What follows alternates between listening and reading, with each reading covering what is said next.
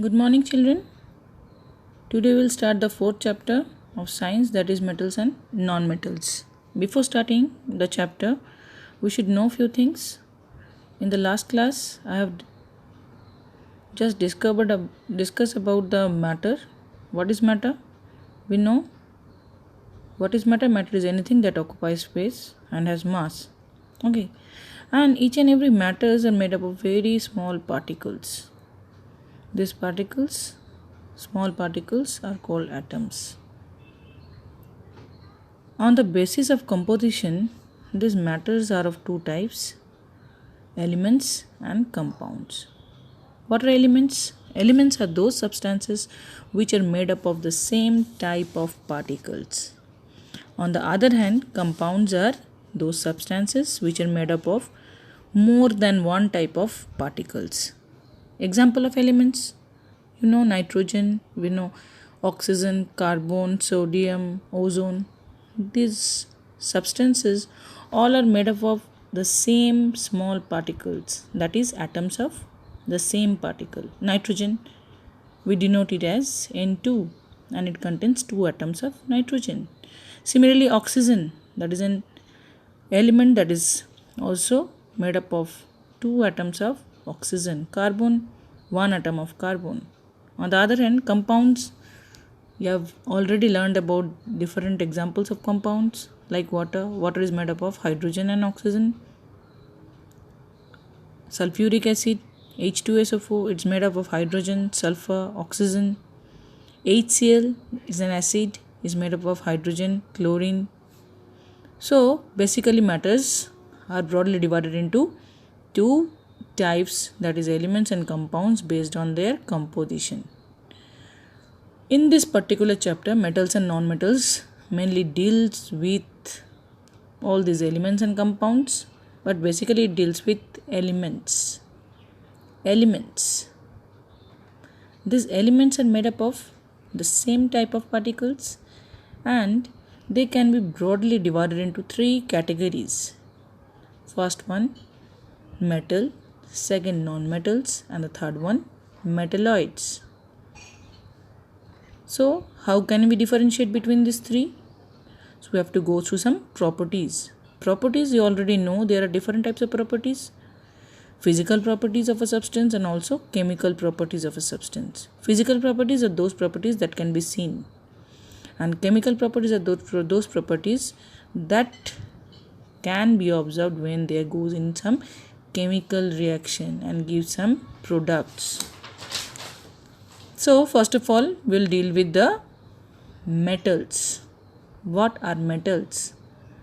To deal it with, first of all, we will start with the properties of metal.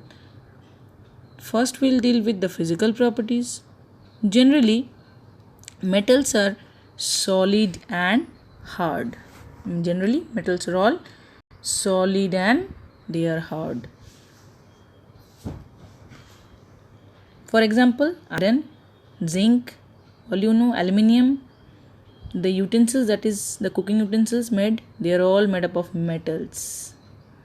But although most of the metals are generally solid and hard, some are having some exceptions. Some metals are soft, like sodium, like potassium. And there is also an exception: some metals are also liquid in state. Example, mercury.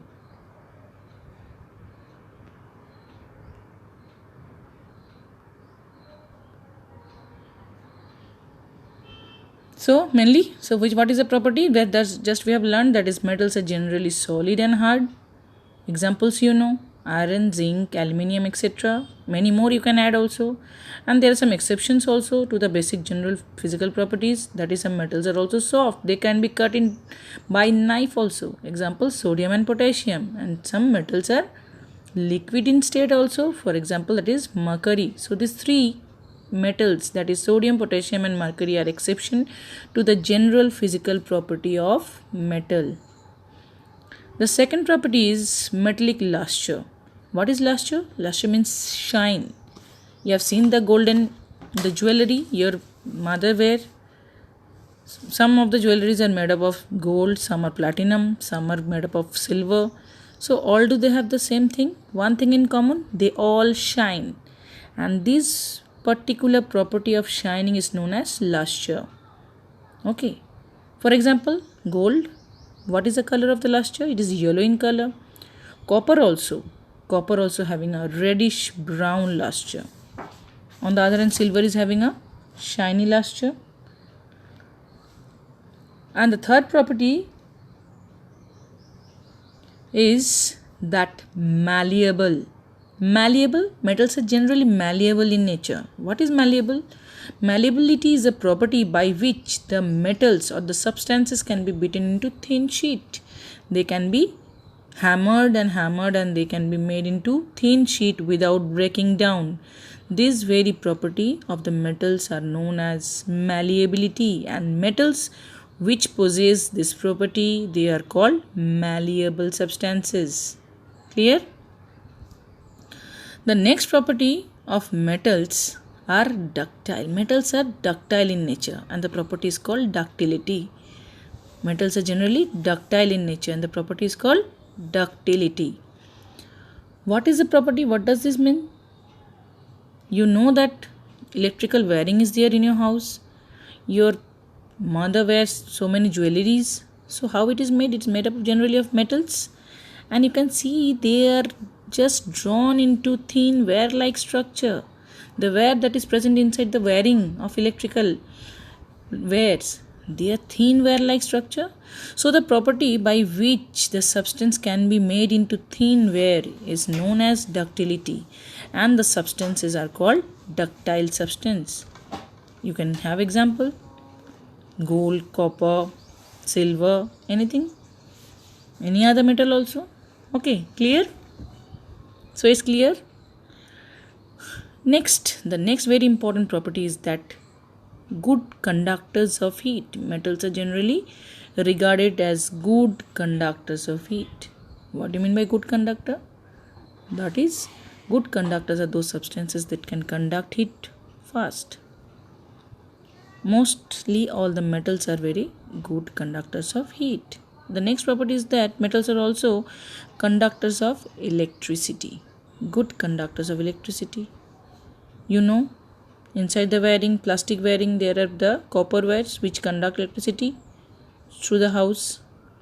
So metals are generally good conductors of electricity also, because metals, the elements present in the metals have free electrons on their surface. That I will discuss you with later. Okay. The next property is high density and high melting point. What do you mean by high density? Density, you know. Density is a property that is denotes the number of particles present in unit area. The more the particles in unit area, the more dense is the substance. And high melting point, what is it? Melting point, if we start giving heat, that starts rising the temperature higher and higher, the substance will melt at a very high temperature. So that is high melting point. So these metals are having high density and they are having high melting point. Last but not the least, metals are sonorous. What is sonorous? What is the property? The property is called sonority. Metals are sonorous, and the property possessed by them is known as sonority. What is sonorous? Sonorous means sometimes you have gone to the temple with your parents and have ring the bell that is hanging from the top ceiling. You have heard some ringing sound. So this ringing sound made by the metal is known as sonority, and the metals are called sonorous. Okay. So all these are the physical properties of metals. So first property that we have read, that is metals are generally solid and hard. The next property, that is metals having luster, that is shine. Third one is that metals are malleable, that is they can be beaten into thin sheet.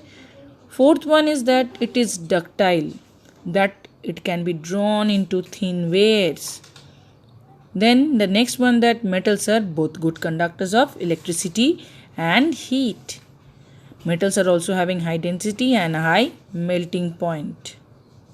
And the last one is that metals are sonorous, that when we strike the metals with some other thing, it will make a ringing sound. Now we are moving on to the physical properties of non-metals. Non-metals. Non-metals are also having some properties, but they are generally opposite to that of the metals. Firstly, metals are not so shiny like the non-metals like the metals. They are dull or they are lusterless. They are having no shine. But although they are dull, there are some exception to this rule, that is iodine and graphite.